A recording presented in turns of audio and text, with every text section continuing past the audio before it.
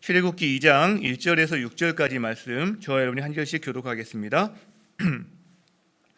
레위 가족 중 한 사람이 가서 레위 여자에게 장가들어 그 여자가 임신하여 아들을 낳으니 그가 잘생긴 것을 보고 석 달 동안 그를 숨겼으나 더 이상 더 숨길 수 없게 되매 그를 위하여 갈대 상자를 가져다가 역청과 나무 진을 칠하고 아기를 거기 담아 나일 강가 갈대 사이에 두고 그의 누이가 어떻게 되는지를 알려고 멀리 섰더니 바로의 딸이 목욕하러 나일강으로 내려오고 시녀들은 나일 강가를 건널 때에 그가 갈대 사이의 상자를 보고 시녀를 보내어 가져다가 열고 그 아기를 보니 아기가 우는지라 그가 그를 불쌍히 여겨 이르되 이는 히브리 사람의 아기로다. 아멘. 자리에 앉으시겠습니다. 우리가 아이들을 보고 있으면 아이들이 왜 그렇게 기뻐하는지 모르겠다. 얼굴이 참 밝죠. 그렇죠? 그리고 이렇게 작은 일상의 작은 것에서도 기쁨을 누리는 것을 우리가 보게 됩니다. 아이들은요 별거 아닌 걸 가지고 되면 아빠 이게 발을 막 구르면서 웃고요. 배꼽이 빠져라 웃고요. 막 소리가 막 기차 화통 삶아 먹은 듯이 얼마나 이렇게 크게 웃는지 모르겠어요. 보면 별거 아니에요. 근데 그걸 가지고 이 작은 천국을 만들어내는 능력이 참 탁월하다 이런 생각을 하게 되는데, 근데 반대로 우리 어른들은 좀 그런 면에서는 기쁨이나 이 웃음을 좀 많이 잃어버리는 것 같아요. 유머 프로그램을 봐도요, 그래 한번 웃겨봐, 네가 한번 웃기나 보자, 뭐 이렇게 하는 무슨 전쟁하는 듯한 느낌도 있고, 또 때로는 음악이 들려도요 그냥 흥얼흥얼하면서 이렇게 막 몸이 리듬을 따라가거나 좀 그러지 않고 그냥 음악 들리거나 말거나 뭐 이런 어떤 삶의 모습을 많이 보게 되는데, 특히나 코로나 시기에 이게 더 심해진 것 같아요. 이 코로나가 굉장히 길어지면서 뭐랄까 피곤함, 뭐 우울감, 그러니까 어떤 분들은 사람을 만난 지가 정말 오래된 그런 분들도 계시는 것 같습니다. 우리가 이 시기에 뭐 감염병 조심을 해야 되겠지만 할 수 있는 범위 내에서는 좀 만났으면 좋겠어요. 목장에서도 맨날 줌만 하지 말고요. 여러분이 4인까지 만날 수 있잖아요. 만나서 좀 바람도 쐬고 또 차도 한잔하고 뭐 마시진 않더라도 뭔가 이렇게 대화도 좀 하고 이런 시간이 좀 필요하지 않나 그런 생각을 해보게 됩니다. 그래서 질문을 하게 되는데, 우리 어른들이 특히 또 부모된 우리들이 어떻게 하면 이 자녀들이 누리는 이 기쁨이나 이 웃음을 좀 회복할 수 있을까? 이런 생각을 좀 해보게 됩니다. 뭐 이건 저에게도 하나의 묵상거리예요. 이 나이가 들어가면서 이 기쁨이 이렇게 작아지는 것을 제가 이렇게 많이 느끼게 되거든요. 아무래도 이걸 질문하게 되는데 답이 의외로 간단하지 않나 이런 생각도 합니다. 뭐냐? 아이가 되면 되는 거예요. 아이가 되면, 그렇죠? 아이들은 기뻐하니까 우리가 아이가 되면 기뻐할 수 있다. 물론 성경적으로 뭐 기쁨에 대한 우리가 이야기도 많이 할 수 있겠지만 가장 간단하게, 자 근데 우리가 누군가의 아이입니다. 다 누군가의 아이, 그렇죠? 부모에게는 우리가 아이들이거든요. 우리가 부모기도 하지만, 그래서 60 먹은 아들도 90 먹은 노모 앞에서는 아이예요. 맨날 잔소리 들어야 됩니다. 길 조심해라, 차 조심해라. 이게 아이죠, 아이. 그런데 우리들은 예배 없이 하나님께 이렇게 딱 우리를 대입해 보면 우리는 너무 아이예요. 몇 살이 될까요? 우리가 하나님께 대입해 보면 뭐 진짜 갓난 아기에 불과할 거예요. 그러죠? 자, 그래서 부모가 자녀를 보고 기뻐하듯이 하나님은 우리를 보고 기뻐하시는 것 같아요. 스바냐서 말씀을 보면 그 표현이 하나님의 마음이 잘 표현되어 있습니다. 우리 같이 한번 스바냐 3장 17절 볼까요? 같이 읽어볼까요? 같이 읽겠습니다. 시작. 너의 하나님 여호와가 너의 가운데 계시니 그는 구원을 베푸실 전능자이시라. 그 다음에요. 그가 너로 말미암아 기쁨을 이기지 못하시며 너를 잠잠히 사랑하시며 너로 말미암아 즐거이 부르며 기뻐하시리라. 여러분, 자녀를 보고 막 즐거워 어쩔지 모르는 엄마 혹은 할아버지 할머니 모습을 연상해 보시면 이게 더 실감이 나지 않을까요? 우리를 보고 기쁨을 이기지 못하신대. 즐거이 부르신대요. 즐거이 부르신대요. 제가 이 말씀을 읽기만 하고 묵상만 해도요, 제가 기쁨이 생기더라고요. 미소가 생겨지고. 여러분도 그렇지 않는지 모르겠어요. 가정의 달인데 지금 참 공고한 시기를 살아가는 시대 아닙니까? 그래서 우리 가운데 이 기쁨이 좀 회복됐으면 좋겠다, 이런 마음이 간절해요. 이런 마음이 간절합니다. 그래서 우리가 이 시간에 한번 이 찬양, 이 그 말씀에 곡을 붙여서 만든 찬양이 있어요. 우리 찬양을 좀 부르면서 한번 생각해 보세요. 여러분의 부모를 한번 떠올려 보시고, 그다음 가족 가운데 지금 저 사람은 기쁨이 좀 필요해, 그런 사람이 있다면 그 가족을 떠올리시고, 여러분 자신에게도 이게 필요할 수 있어요. 여러분 자신, 하나님이 여러분을 바라보신 느낌으로 이 시간 한번 우리가 함께 찬양했으면 좋겠습니다.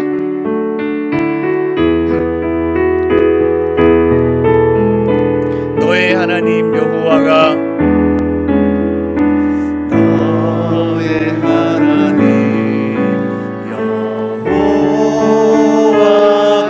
너의 가운데 계시니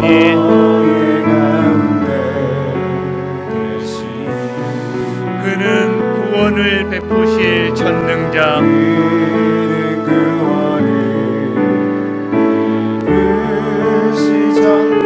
전능자시라.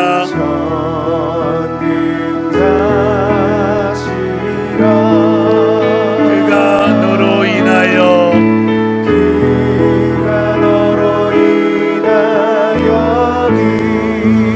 이기지 못하시며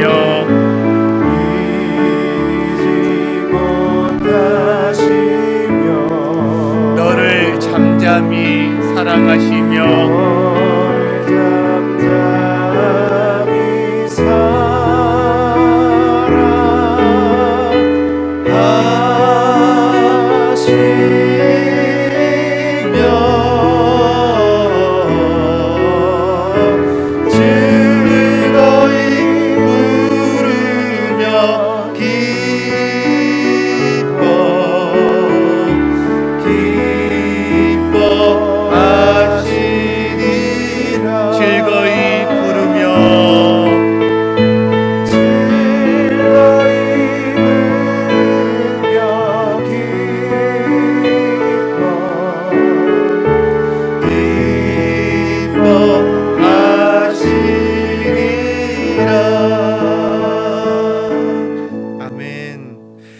하나님의 기쁨이 이게 우리 가운데 이렇게 생겨나는 것 같아요.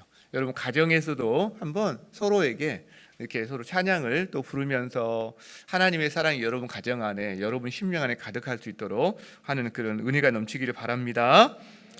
오늘 우리가 읽은 이 출애굽기 본문은 모세의 출생 이야기입니다. 레이디파 한 가정에 아들이 태어납니다. 그런데 부모가 그 아이를 보니까 잘생겼어요. 석 달을 숨깁니다. 자, 여기 아이가 잘생긴 것을 보고 이렇게 표현하고 있는데, 이 모세가 아마 출중해서 이런 표현을 썼을까요? 모양이 출중해가지고 너무 잘생겨서 그럴 수도 있죠. 그러나 이 잘생겼다 이 표현이 토부라는 히브리어인데, 하나님께서 천지를 창조하실 때 하나님이 말씀하신 것이 그대로 이루어지는 것을 보고서 하나님이 보시기에 좋았더라, 이 보시기에 좋았더라 할 때 사용한 단어가 이 토부입니다. 그러니까 하나님의 플랜과 하나님의 질서가 그대로 이루어지는 그 모습, 아름다운 모습을 보고 좋았더라 할 때 사용한 토부죠. 그러니까 이게 무슨 예쁘고 이런 것보다 뭔가 전체적인 균형과 아름다움과 이런 걸 표현할 때 쓰는 단어인 것 같아요. 그러니까 이렇게 우리가 바꿔서 표현할 수 있겠죠. 그 부모가 그 자녀를 보기에 참 좋았다, 이렇게 우리가 바꿔서 표현할 수 있을 거예요. 근데 모세 부모만 그랬을까? 그렇지 않을 겁니다. 여러분, 자녀가 부모 보기에 좋지 않은 자녀가 있어요? 다 좋아하는 거죠. 제가 이거 준비하다가 그 생각이 나더라고요. 제가 청년부 때 저희 청년부 그 담당 목사님의 딸과 저희 딸이 나이가 같았어요. 그래서 이렇게 유아차에 둘 다 태워서 예배 드릴 때 저 예배 뒤편에 둘 다 이렇게 자고 있고 우리는 예배 드리고 이제 이런 그런 모습이 자주 있었는데, 하루는 이렇게 목사님 예배 마치고 지나가면서 저한테 이렇게 말을 이렇게 건네시는 거예요. 상출 형제, 얘들 뚝 보더니 둘이 이렇게 자고 있었어요. 야, 참 우리 수아가 참 예쁘지? 근데 참 객관적으로 예쁘단 말이야. 이렇게 말하고 지나가는 거예요. 그래서 제가 속으로 피식 웃었어요. 우리 애가 객관적으로 몇 배는 더 예쁘지. 거기 그 수아는 까맣잖아요. 까매. 우리 애는 하얗고. 그러면서 이제 웃었던 그런 기억이 나는데, 참 지금 생각해도 웃겨요. 아니 그 목사님 참 속도 없지. 그 청년 형제한테 세상에 그 아이 둘을 비교했고 자기 애가 객관적으로 예쁘다고 하는 말이 어디 있어요. 객관적인 건 상대방이 평가를 해야지. 그런 일이 있었는데요. 고슴도치도 자기 새끼가 세상에서 제일 예쁘다고 생각합니다. 그렇지 않나요? 그렇죠? 자, 그러니까 우리 한 사람 한 사람은 내 부모의 세상에서는 내가 이렇게 저렇게 차별을 당하기도 하고 뭐 점수가 매겨지기도 할지 모르겠지만 우리 부모에게는요, 내가 정말 존귀한 자녀예요. 근데 하늘 부모에게도 우린 존귀한 자녀예요. 우리는 대체할 사람이 없어요, 세상에. 70억 명의 사람이 뭐 70억이 아니라 700억 있다 할지라도 유일합니다. 여러분, 우리가 이 사실에서 자존감을 좀 가졌으면 좋겠어요. 아, 내가 얼마나 하나님 앞에서 특별한 사람인지, 어떻게 보면 존귀한 사람인지. 그래서 여러분 한번 따라했으면 좋겠어요. 나는 우리 부모님께 가장 멋진 사람이다. 난 하늘 아버지의 기쁨이다. 난 세상에서 유일한 사람이다. 여러분, 거기에서 우리 좀 자존감을 찾았으면 좋겠다 생각합니다. 자, 이렇게 어쨌든 모세가 잘생긴 걸 보고 그 다음에 무슨 말이 나오냐면 석 달을 섬겼대요. 석 달. 성경을 잘 아시는 분들은 제가 굳이 설명할 필요가 없습니다. 왜 섬겼는지.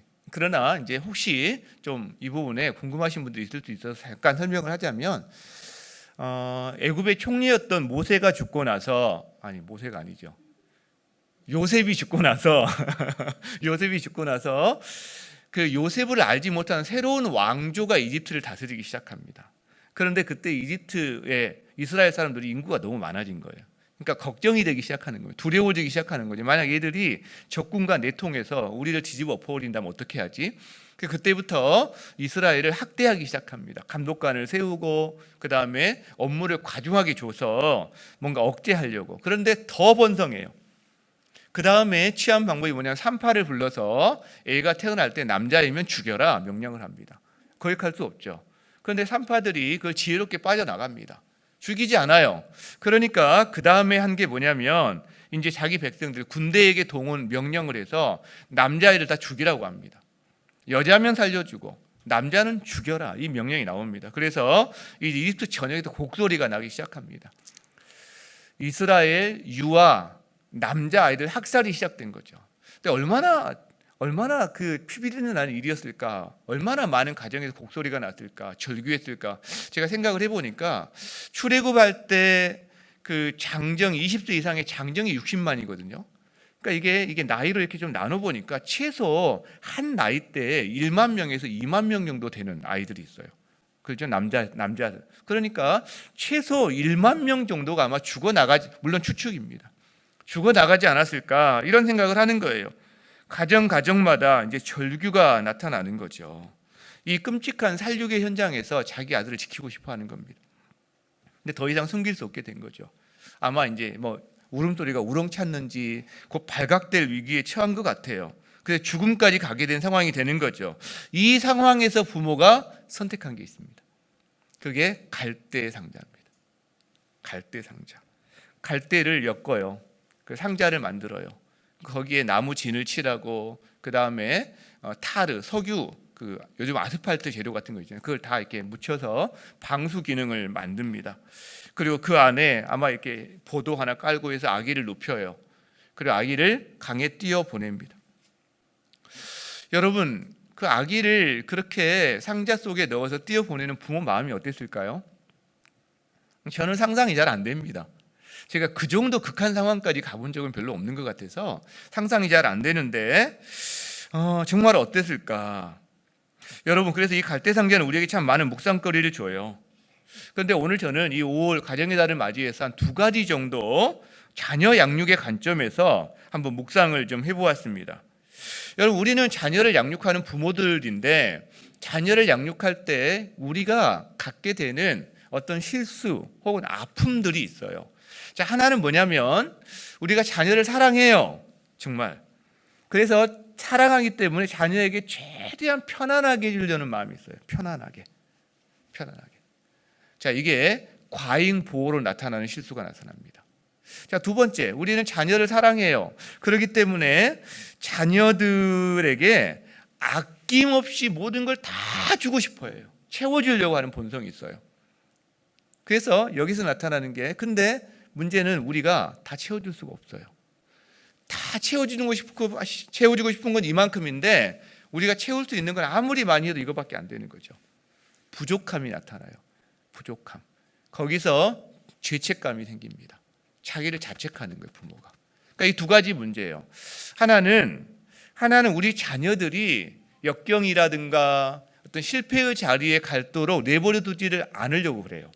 다 방어해 주려고 하는 그런 마음이, 과잉 보호가 있고요. 또 하나는 우리가 다 채워주고 싶은데 채워줄 수 없을 때 자책해요. 그게 죄책감으로 갑니다. 이 두 가지 문제가 있다는 거예요. 오늘 모세의 부모의 경우에도 이 갈대 상자를 통해서 그 두 가지 씨름을 볼 수가 있습니다. 그러면 우리는 오늘 이 갈대 상자를 통해서 성경적인 자녀 양육의 모습을 한번 살펴봤으면 좋겠어요. 두 가지를 한번 살펴보기를 원합니다. 자, 성경적 자녀 양육에 필요한 것 첫 번째입니다. 따라하겠습니다. 자녀들이 역경에 직면하도록 허용하라. 자, 우리 부모들에게 본능이 있다고 그랬습니다. 본능. 행복하게 해주고 싶은 마음으로 충만합니다. 자녀들이 행복했으면 좋겠어요. 그러지 않은 부모가 없어요. 자, 그래서 우리가 자녀를 성공시키고 싶어 하기도 하고요. 자녀에게 일정한 성취를 도와주고 싶어 하기도 해요. 그래서 자기를 위해서는 10,000원 돈 한 장 쓰는 걸 벌벌 떠는 사람도 자녀를 위해서라면 뭐 아낌없이 쓰는 경우가 진짜 많습니다. 또 하나, 자녀를 행복하게 해주고 싶은 것이 자녀를 편안하게 해주고 싶은 마음으로 나타나요. 그 자녀에게 어떤 스트레스, 경쟁, 걱정 이런 것을 주고 싶어 하지 않아요. 자녀들이 뭔가 힘들어하면 그 힘들어하는 모습을 보면서 부모가 더 힘들어하는 경우가 많아요. 이게 부모의 마음이거든요. 그러니까 응급실에 자녀가 실려갈 때 부모들이 종종 그런 기도도 하잖아요. 하나님, 저 아이 대신 제가 차라리 아팠으면 좋겠어요. 이게 이제 부모 마음이란 말이에요. 자, 그런데 이것이 자녀 양육에 문제가 되는 경우가 있다는 거예요. 바로 과잉 보호가 되는 경우가 있다는 겁니다. 과잉 보호. 그래서요, 자녀들을 조금 더 고생을 시키려고 하지 않아요. 실패할 것 같으면 다 막아버리고 방어해 주려고 하는 마음들이 있고, 이 시대에는 특히 그게 강해요. 그래서 심지어 뭐 게임을 하거나 놀이를 하는데도 자녀들이 상처를 받을 것 같으면 아예 그걸 못하게 하는 경우가 진짜 부지기수입니다. 실제로. 자, 그런데 문제가 있어요. 자, 이런 접근법은 그 자녀들에게 스스로 지혜를 터득할 수 있는 기회를 박탈을 해버려요. 그리고 결정 능력을 박탈을 해버립니다. 배우지를 못해요. 그래서 많은 연구들이 드러내고 있는 한 가지 결론이 있는데, 역경이나 고생 없이 자란 아이들일수록요, 비만, 자살, 그다음에 무기력, 여기에 빠질 확률이 굉장히 높다는 것이 연구 결과들입니다. 그리고 삶에 주눅이 든 경우가 참 많아요. 작은 어떤 그 문제가 있을 때도 주저앉아 버리게 되는 경우가 참 많다는 거죠. 여러분, 요즘 아이들은요, 인류 역사상 그 어느 때보다도 우리 어른들 포함해서 가장 풍요함을 누리는 때거든요. 이 인류가 생긴 이래로 부모의 성취를 아이들이 누립니다. 그래서 좋은 집, 좋은 환경, 뭐 좋은 옷, 좋은 전자제품, 심지어 차를 타고 다니기도 해요. 근데 문제는 그게 자기의 수고와 자기의 일, 자기의 대가를 치러서 자기가 얻은 게 아닌 것은 많다는 거예요. 그리고 자기가 일하지 않음으로써 얻은 것에 대해서 당연하게 생각한 나머지 자기가 일할 필요조차 느끼지 못하는 자녀들이 많아진다는 거예요. 문제가 있다는 거죠. 여러분, 그래서 우리는 질문해 볼 필요가 있습니다. 우리 자녀에게 부모 양육을 할 때, 부모로서 자녀 양육할 때 진짜 내가 주고 싶은 게 뭔지. 많겠지만 크게 우리가 두 가지 질문을 해보자. 하나는 성공을 주고 싶은지 성품을 취하고 싶은지, 또 하나는 행복을 추구하고 싶은지 거룩을 추구하고 싶은지, 이걸 한번 우리가 질문해 볼 필요가 있다고 생각합니다. 많은 부모들이 이렇게 말을 해요. 우리 아이가 건강했으면 더 이상 원이 없겠어요. 건강. 우리 아이가 똑똑하고 정말 공부를 잘했으면 좋겠어요. 고분고분한 아이로 부모를 잘 듣는 아이가 됐으면 좋겠어요. 좋은 대학에 들어갔으면 좋겠어요. 유명한 회사에 들어갔으면 좋겠어요. 전문직 직장을 가졌으면 좋겠어요. 여러분, 이게 부모들이 갖는 공통적인 그런 마음들입니다. 나쁘지 않아요. 필요한 것들 맞습니다. 그러나 거기에만 부모 마음이 온통 쏟아져 있다면 자녀에게 이렇게 말하고 있는 거예요. 나는 너의 성공이 최고의 관심사야 라고 이야기하는 거죠. 성품이 아닌 성공이 최고 관심사가 되는 겁니다. 거룩이 아닌 행복이 최고 관심사가 되는 겁니다. 왜냐하면 문제가 생기는 게 뭐냐면 훌륭한 성품이나 거룩은요, 자녀들이 역경을 통해서 얻게 되는 겁니다. 고난 앞에 싸우는, 시련 앞에서 투쟁하는 과정을 통해서 얻게 되는 게 성품이고 거룩이지 절대 대가 지불 없이 되지 않는다는 거죠. 그러니까 우리 부모들은 매일매일 선택 앞에 직면합니다. 내가 진짜 자녀를 위해서 바라는 게 뭐지? 성공인가 성품인가? 행복인가 거룩함인가? 이 선택 앞에 매일매일 직면하게 된다는 거예요. 물론 우리는 표면적으로는, 우리 말로는 성공보다 성품이 중요하다고 말합니다. 그리고요, 또 뭐죠? 거룩함, 그러니까 거룩함이 더 중요하다고 이야기합니다. 우리는 말로는 행복보다 거룩함이 하죠 라고 말을 합니다. 그러나 막상 내 자녀들이 고생하고요, 내 자녀들이 실패하고 힘들어하면요, 그냥 다 보호해주고 싶은 게 우리 본성이라는 거예요. 실패한 자녀들보다요, 부모가 더 아파해요. 부모가 더 아파요. 그러니까 부모가 그걸 못 참는 거예요.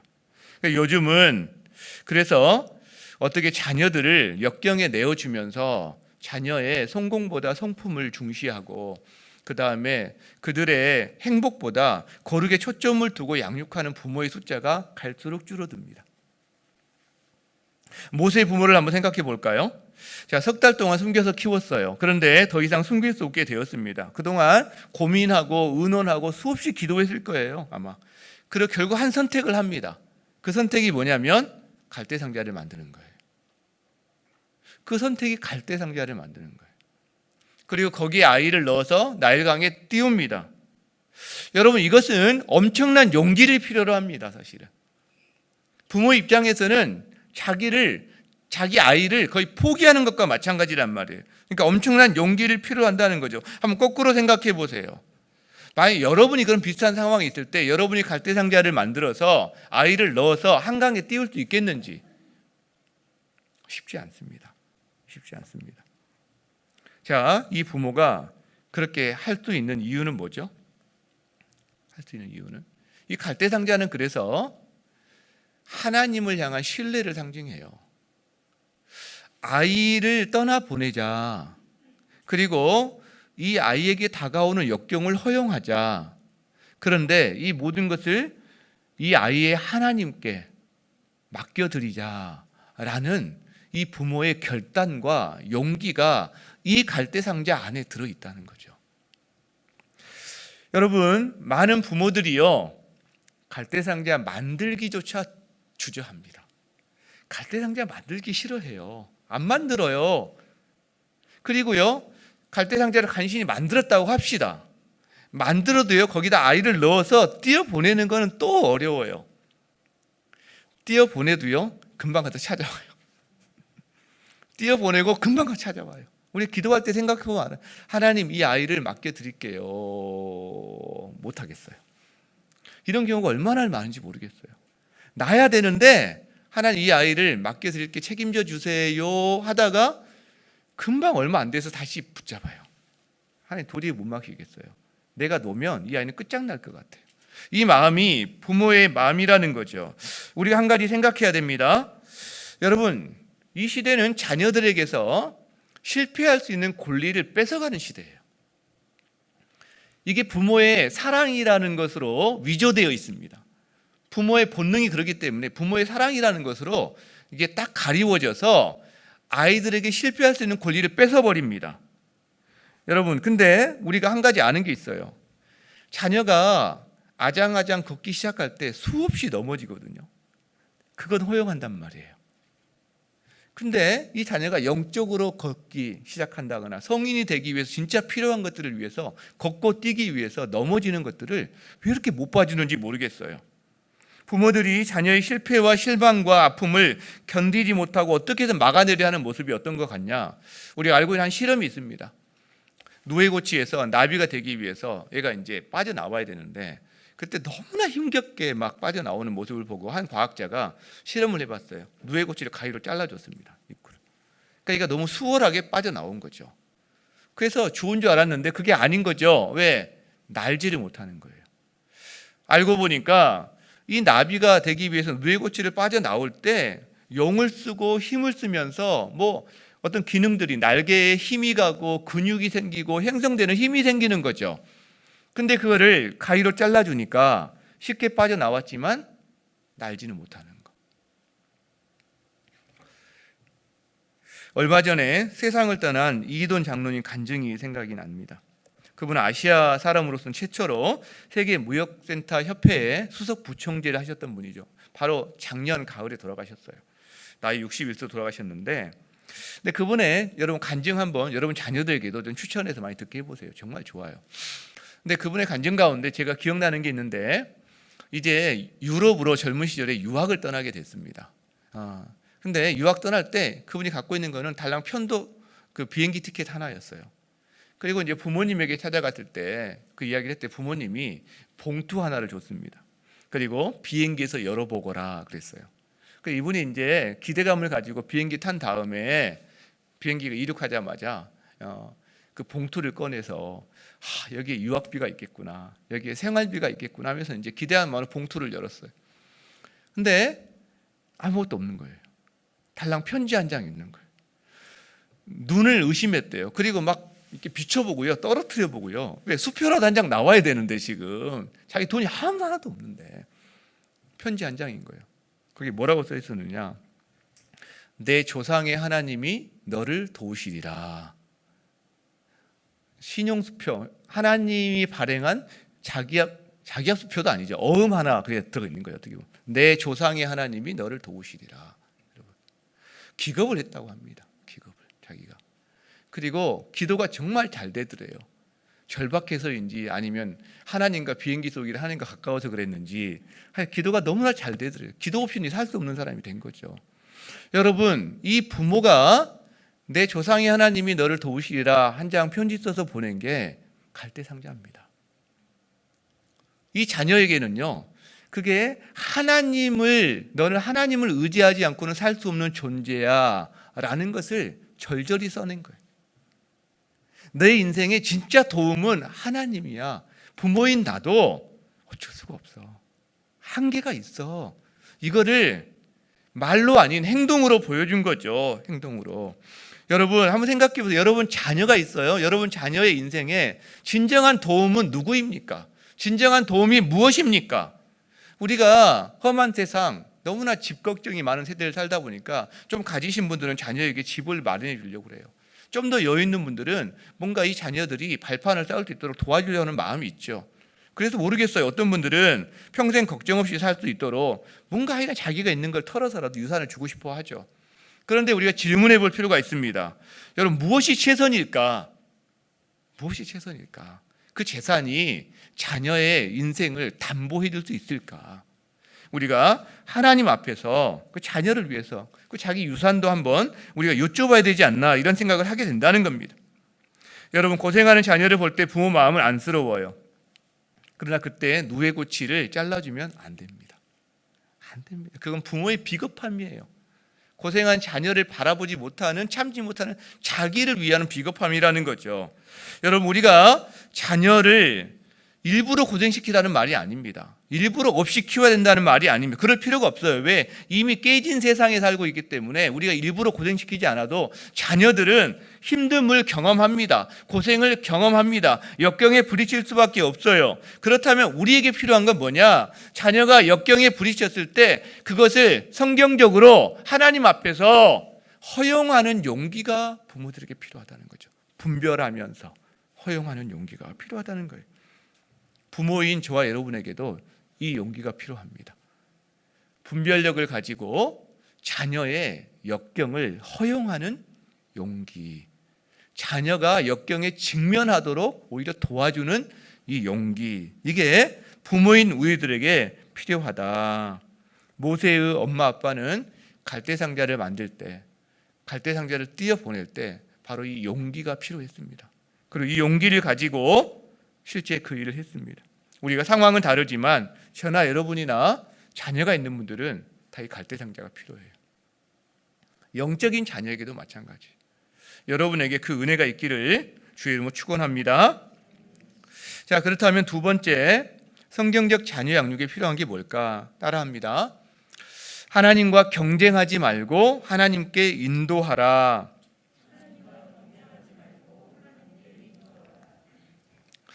부모들이요, 되게 자녀 양육을 하면서 느끼는 감정 가운데 하나가 이 죄책감이 있습니다.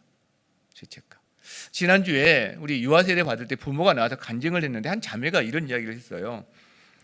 그 자녀가 결혼한 지 5년 만인가 이렇게 하는, 정말 어렵게 이렇게 얻은 자녀이기 때문에 너무 귀하고 이 자녀를 볼 때마다 감사가 넘친대요. 너무 귀한 선물이니까.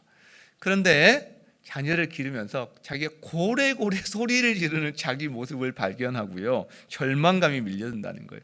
그리고 죄책감이 밀려든다는 거예요. 스스로 그렇게 고백하는데요. 난 엄마 자격이 없어. 난 엄마 자격이 없어. 여러분, 너무 공감 가는 이야기 아닙니까? 그 자매만의, 그 엄마만의 이야기가 아니잖아요. 이게 아기를 키워본 분들이라면 아마 다 공감하는 이야기일 거예요. 여러분, 우리는 부모로서 자녀에게 정말 잘해주고 싶어요. 최선으로 공급을 하고 싶어요. 그런데 한계를 느낍니다. 부족함을 느껴요. 함께 있는 시간도 부족하죠. 우리가 가진 어떤 환경도 부족함이 많이 있어요. 그렇죠? 그리고 자녀를 위한 기도라도 많이 해야지 생각하는데 이 자녀를 위한 기도마저도 우리가 원하는 만큼 하지 못할 때가 참 많아요. 그러니까 그 부족함을 느낄 때마다 자기를 자책하고 심지어는 죄책감까지 갖게 되는 경우가 의외로 많습니다. 여러분, 직장에 다니는 엄마들 한번 생각해 보세요. 이 자책이나 죄책감 없이 직장 생활하고 있는 엄마들 있을까요? 아마 없을 겁니다. 이 직장 맘들은요, 자기 마음 한켠에 푯말 하나가 있어요. 미안이라는 푯말, 그리고 부족한 엄마라는 이 푯말이 늘 한켠에 있습니다. 그럼 집에 있는 엄마들은 뭐 괜찮을까요? 막 날아다닐까요? 그게 아닙니다. 24시간 아이들과 함께 있어 보세요. 이게 쉽지 않습니다. 게다가 이 코로나 시기에 특별히 온 아이들이 그냥 학교도 못 가고 막 집에만 있는 시간이 많아질 때 이 엄마들의 고충, 그 인내심의 바닥을 보는 그 시간은 정말 힘든 시간이었을 거예요. 근데 엄마들만 그런 게 아닙니다. 아빠들은요, 남편들도 마찬가지입니다. 아이가 자기를 가장 필요로 하는 시기인 걸 알면서도, 그러나 자기가 직장에서 기반을 잡고 일을 해내야 되는 상황이 있을 때 충돌합니다. 심지어는 가족을 먹여 살려야 한다는 그 중압감이 자기를 짓누를 때도 참 많아요. 여러분, 이렇게 죄책감이 없는 사람이 없는데 그리스도인은 여기에다가 한 가지 죄책감을 더 갖습니다. 뭐냐면 자녀들이 믿음에서 멀어질 때 심한 죄책감을 느낍니다. 사춘기 자녀들이 믿음에서 멀어져 가지고 점점 하나님을 떠나간다. 그리고 어떤 경우에는 정말 하나님께 떠나버렸다. 그러면요, 이 부모들은 자녀의 신앙의 실패가 마치 자기 신앙의 실패인 것 같이 느껴져서 하나님 앞에 정말 괴로워합니다. 자, 그렇다면 어떻게 해야 되나요? 자녀를 양육하는데 이 죄책감의 문제를 어떻게 해야 되냐고요. 제가 이 자리에서 여러분, 죄책감 갖지 마세요 라고 말한다고 여러분 죄책감이 없어질까요? 그러면 제가 그냥 한 2번, 한 10번 정도 이야기해 드릴게요. 그냥 죄책감 갖지 마세요 라고 말씀드릴게요. 근데 그게 안 됩니다. 그래서 이거는 이 죄책감이 갖고 있는 의미나 본질이 뭔지, 이걸 우리가 어떻게 바꿔야 되는지 한번 좀 고려할 필요가 있다라고 생각해요. 여러분, 죄책감을 왜 느낄까요? 죄책감을 여러 가지 이유가 있지만 우리가 한 가지 중요한 걸 오늘 나누고자 하는데, 부모들 입장에서요, 내가 우리 아이에게 이만큼은 해주는 게 당연한데 나는 이거밖에 못하고 있네. 그래서 이 부분이 비일 때 죄책감을 느낍니다. 그렇지 않나요? 그렇죠? 자, 그런데 한번 생각해 봅시다. 부모가 자녀에게 다 해줄 수 있어요? 다 해줄 수 있는데 안 해준 겁니까? 여러분, 온전한 사랑 해줄 수 있어요? 온전한 용납과 용서할 수 있어요? 온전한 인내, 온전한 경제적인 지원, 온전한 정서적인 지원 다 해줄 수 있어요? 여러분, 애초에 안 되는 겁니다. 애초에 안 되는 거예요. 왜? 그건요, 하나님만이 하실 수 있는 거예요. 하나님만이. 그래서 결국은 하나님만이 하실 수 있는 것을 내가 해야 된다고 생각하고 다 못했을 때 죄책감을 느끼는 거다. 그 말은 내가 하나님의 자리에서 자녀를 양육하려고 했구나. 잘못하면 이런 결과가 나옵니다. 즉, 내가 하나님만이 주실 수 있는 것을 줘야 된다고 생각했구나. 여러분, 이게 나오는 거예요. 그러니까 죄책감의 본질은 뭐냐? 내가 자녀에게 하나님이 되려고 하거나 내가 하나님과 경쟁해서 하나님이 줄 수 있는 것을 내가 주려고 할 때 나에게 죄책감이 생길 수 있어요. 그래서 우리는 갈림길에 서게 됩니다. 내가 부모로서 자녀 앞에서 하나님과 경쟁하는 사람이 될 건지 아니면 하나님께로 인도하는 사람이 될 건지 이 갈림길에 서게 된다는 거죠. 여러분, 모세의 부모를 생각해 봅시다. 갈대상자를 만들었어요. 띄어보내는 선택을 했습니다. 피말리는 고민과 기도의 결과였을 거예요. 그렇죠? 자, 그것은 이 부모 마음에 자기가 하나님이 아니라는 생각을 했기 때문입니다. 자기가 하나님이 되려 했다면 끝까지 이 아이를 자기가 보호해야죠. 자, 그런데요, 아이를 보내고 나서 그 부모 마음이 어땠을까요? 자책하고 죄책감이 있었을까요? 없었을까요? 대답을 좀 해보세요. 없었을 것이다. 있었을 것이다. 있었을 겁니다. 자책 안 하는 부모가 어디 있겠어요? 아마 주저앉아서 울었을 수도 있습니다. 그죠? 심지어 죄책감도 있었을 거예요. 이게 최선의 선택이었지만 어쩔 수 없었지만 그러나 분명히 그 마음이 아팠을 거예요. 마음이 아팠을 거예요. 그런데 그 자리에 주저앉아서 계속 울고불고 땅바닥 치면서 울고불고 앉아만 있지는 않았다는 거예요. 한 가지를 더 했습니다. 자, 그게 뭐냐면 그게 중요한 건데 4절에 나옵니다. 4절에 이렇게 기록이 돼 있어요. 그의 누이가 어떻게 되는지를 알려고 멀리 섰더니, 그의 누이가 어떻게 되는지를 알려고 멀리 섰더니 무슨 말이냐? 모세의 부모가 갈대상자를 띄어보내고 이제 아이를 포기한 게 아니에요. 자기 그 모세의 누나인 미리암을 세워서 지켜보게 한 겁니다. 그 말은 무슨 말일까요?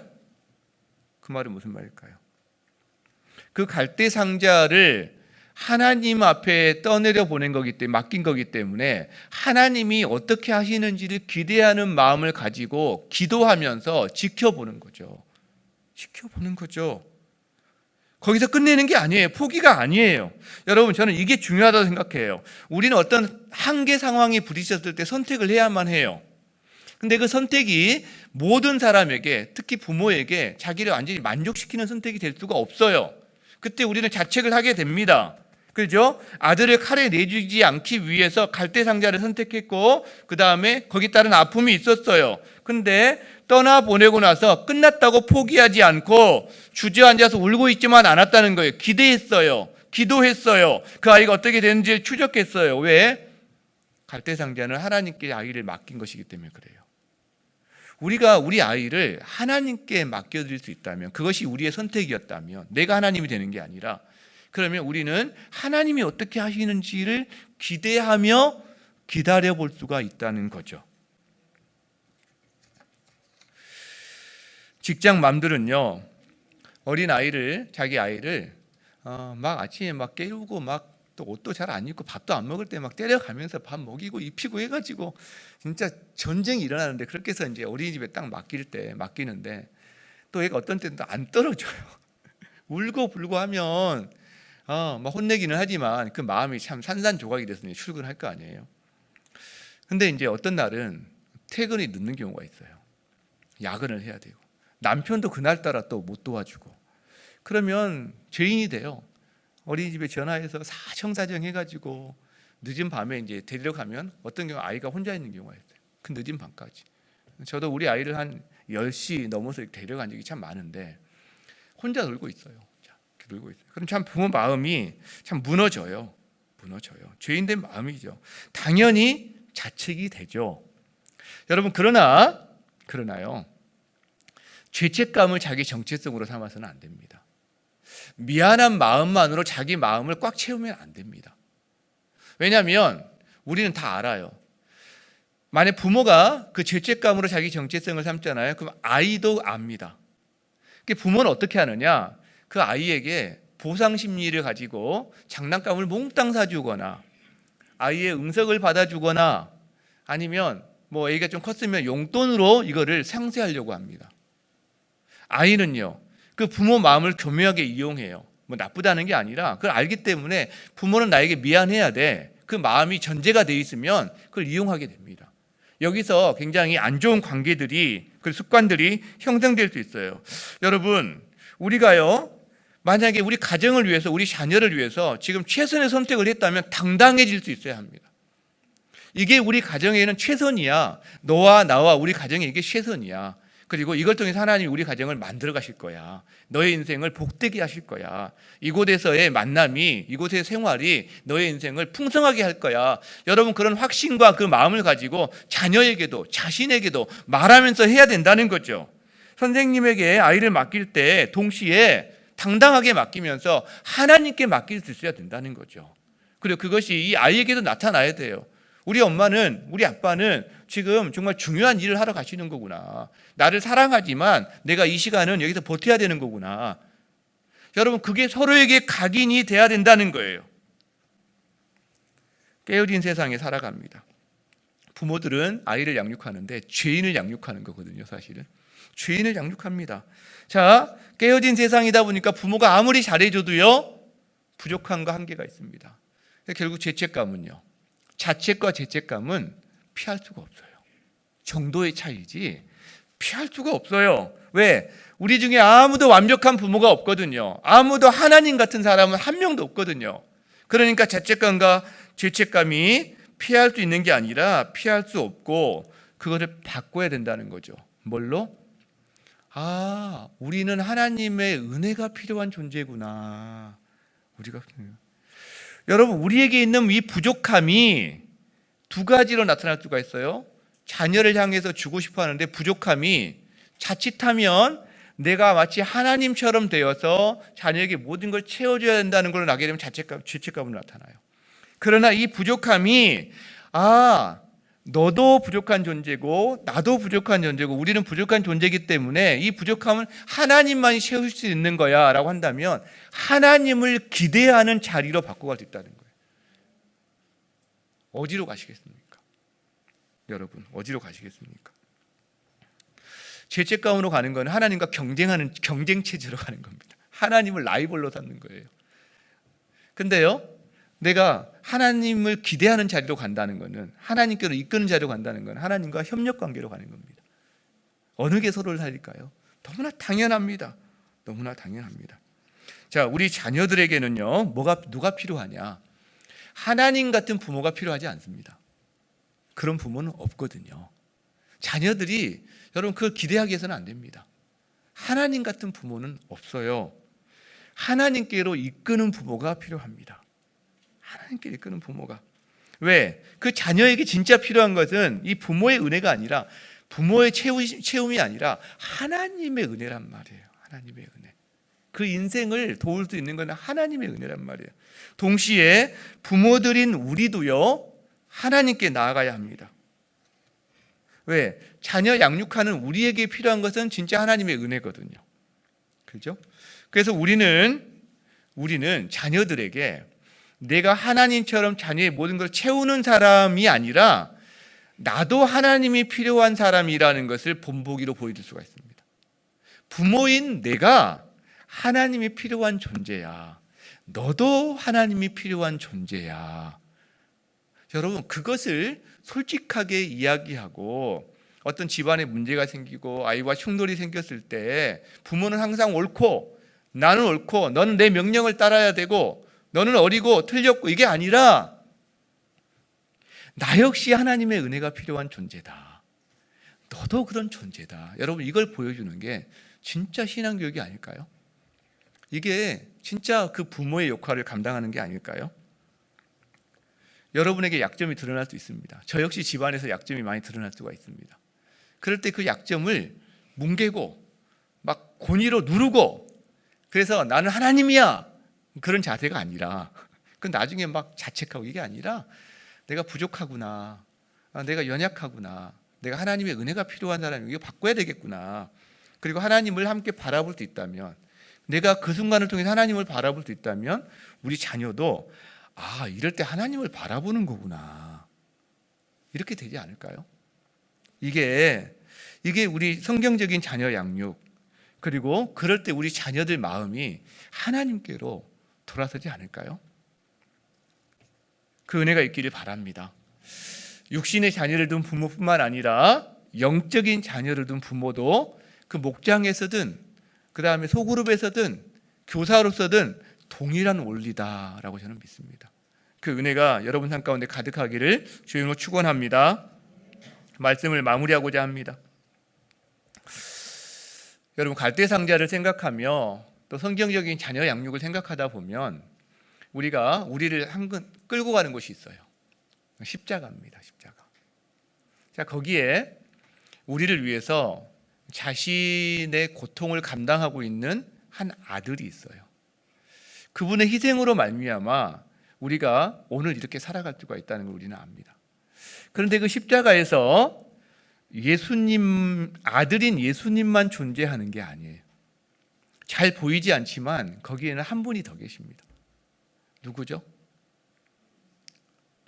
그 아들을 그 고통에 내어준 허용한 아버지가 계세요. 아버지가 계세요. 여러분 그 아들이 고통 가운데서 소리 지를 때 나의 아버지 어찌하여 나를 버리셨습니까? 라고 소리 지를 때 여러분 그 소리를 듣는 아버지의 심정은 어떨까요? 아들의 고통 못지 않을 겁니다. 오죽했으면 온 세상을 암흑으로 3시간 동안 덮어버렸겠어요? 못 보시는 거예요. 저는 그게 하나님께서 차마 볼 수가 없어서 그러신 거 아닌가 이런 생각도 들어요.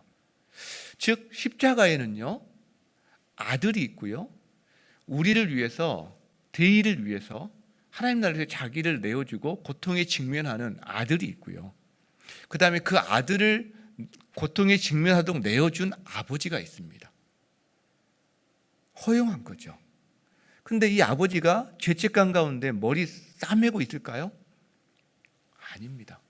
그 의미를 알기 때문에 아들을 내어주면서도 그 고통을 함께 참고 이겨내시는 거죠.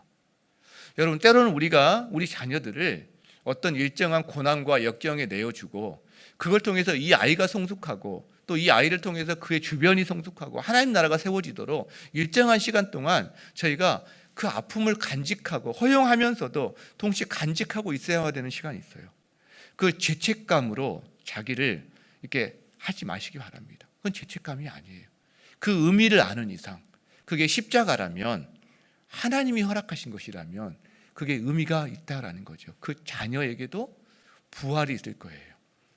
주변의 사람들에게도 생명이 전달될 거예요.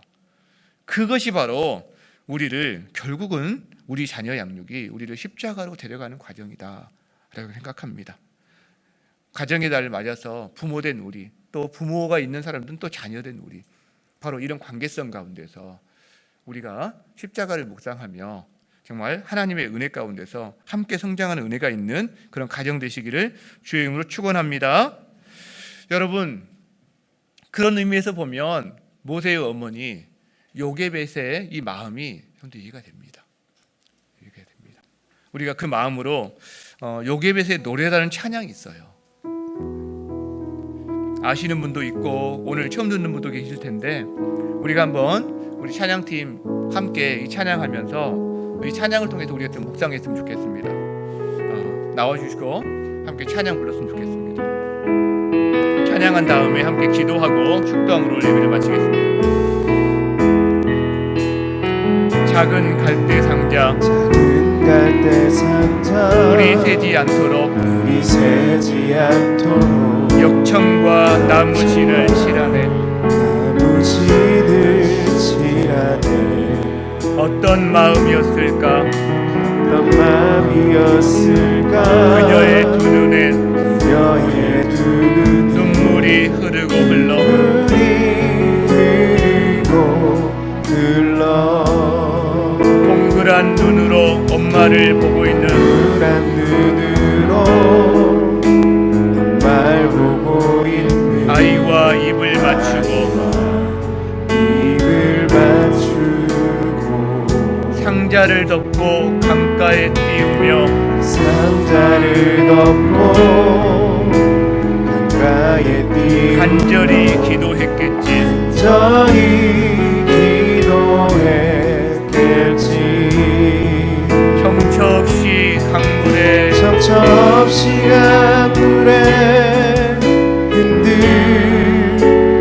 흘러내려가는 흘러내려가는 그 상자를 보며 눈을 감아도 보이는 아이와 눈을 감아도 보이는 아이와 눈을 맞추며 주저앉아 눈을 읽지.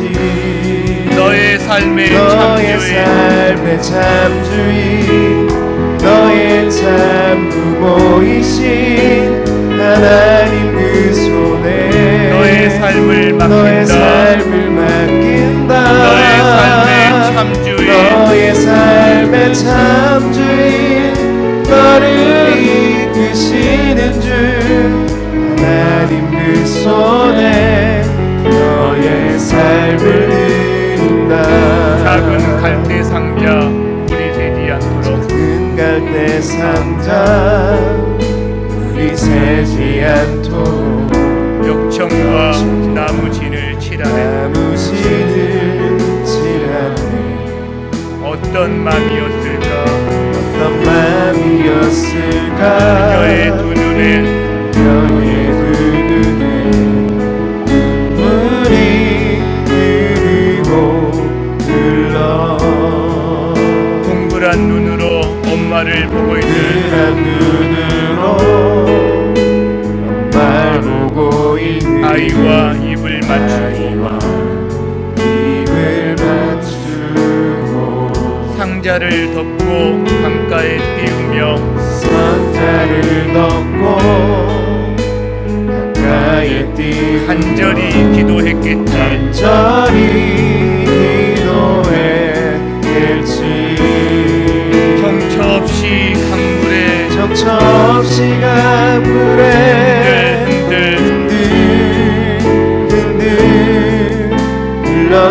흘러내려가는 그 상자를 보며 눈을 감아도 보이는 아이와 눈을 감아도 보이는 아이와 눈을 맞추며 눈을 주저앉아 맞추며 주저앉아 눈을 렸겠지. 너의 삶의 참주인 너의 삶의 참주인 너의 참 너의 부모이신 참 하나님 부모이신 그분의 손에 하나님 그 손에 너의 삶을 너의 맡긴다. 삶을 맡긴다. 너의 삶의 너의 참주인 삶의 참주인 너를 이끄시는 주 하나님 그 손에 너의 삶을 너의 삶의 참주인 너의 삶의 참주인 너의 참 부모이신 하나님 그 손에 너의 삶을 맡긴다. 너의 삶의 참주인 너를 이끄시는 주 하나님 그 손에 너의 삶을 우리의 의지를 담아 찬양합니다. 너의 삶의 참주인 너의 참 부모이신 하나님 그 손에 너의 삶을 맡긴다.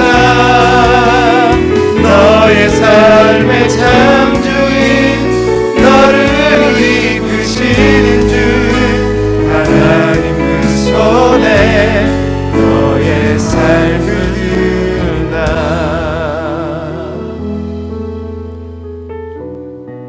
어떤 마음이었을까요? 부모된 우리는 그 마음을 조금은 압니다. 조금은 압니다. 우리가 하나님 앞에서 자녀를 양육한다는 것, 이 시간 주신 말씀을 가지고 함께 주여 외치며 주님께 기도를 드려 나아가겠습니다. 기도합니다. 주여